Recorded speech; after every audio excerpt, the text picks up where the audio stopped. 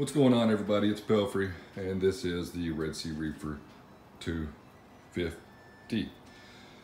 Before we get into it, there's a channel I just ran across called Potomac Reef. I will leave the description, his link in the description below. He's got a Red Sea tank, and his videos they're great. I just ran across his channel not long ago, so check him out. Look at this snail. This is why I love the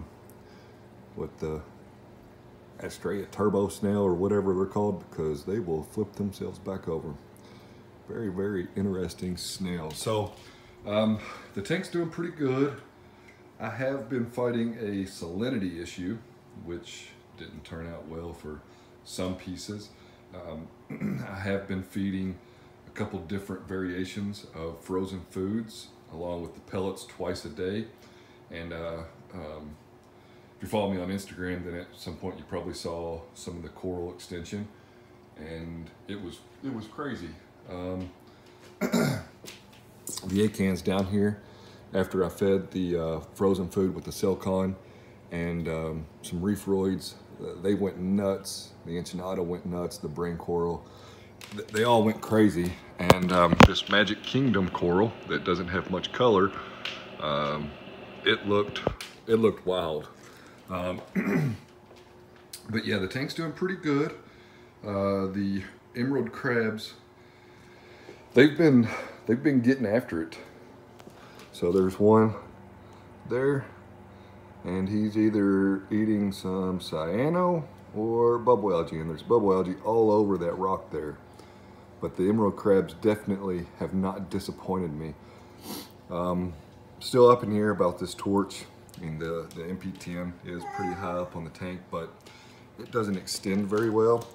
And there's a Ghani. You can barely see it back there, but it's done well. If I come over to this side, it always distorts the view of it. But the Gonapora has been with me, or if it's an Avalapora, or however you say the other name of it. It's been with me for a while, so it's a pretty hardy piece. You know, I've definitely put my tank through the ringer. But everything's doing pretty good. One of the emerald crabs did knock this hammer off. You can see I got a big old glob of super glue down here and equally here, because both of them have been knocked off previously. I did scrape some of the coralline algae off the tank. And this stuff, I don't mind it so much, but it's going to be hard to see. But you can see it gets into the seams, and that's pretty annoying. So I don't ever scrape coralline algae into, see if I can get this thing to focus. I don't ever scrape it this way. I go down with it, and I actually use a metal scraper to scrape the coralline algae. Yeah, it doesn't pick up on it very well, but you can see even here, it's gone inside the silicone just a little bit, but I have scraped it. I get some questions on how to color up the rock so quickly, and that's actually like I don't know if it's cyano really, because I don't have any on the sand bed, but it's definitely some type of like red turf algae. So whenever I ordered the emerald crabs, I did order some snails that could potentially take care of that algae for me. And quite honestly, the emerald crab seems to really like it. Look at this guy. He's still fighting to get over. He's grabbed some shells here. So, but yeah, the cleanup crew is definitely doing its job in the tank. The emerald crabs are a lot of fun to watch. I mean, they just pick at everything, and I know I said this previously, they're not much to look at, but they're definitely workers, especially the ones from reefcleaners.org. The Miyagi Tort does have some white on it, but it's got polyp extension still. So I'm pretty satisfied with that. I have been increasing the light intensity a little bit per week. I think I'm at like 55%. Amarazul TV did a great video on his tank. He's running generation 3 XR15s, but he's running 3 of them. So I decided at that point, it's time for me to just go ahead and increase the intensity on it. And I do plan on getting some more fish for the tank. I'm actually thinking I can maybe set up, I don't know if I can set it up here, because if I ever have to get in this cabinet, I won't be able to get into it, but I'm thinking I might be able to steal some real estate right here, and I might try to get like a 20 or 29 gallon and do a quarantine. I've been reading up about it. I've been following Amarazul. He excuse me, he posts a lot on Reef to Reef.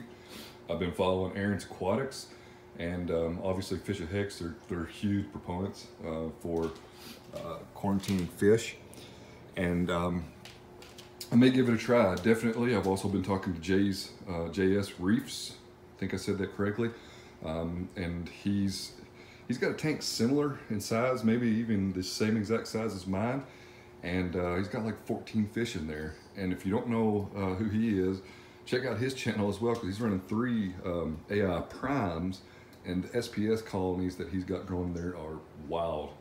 They're beautiful for sure. So I follow a lot of these people. I talk to them on Instagram. I talk to them on Reef to Reef. You know, I'm probing them. I'm asking questions.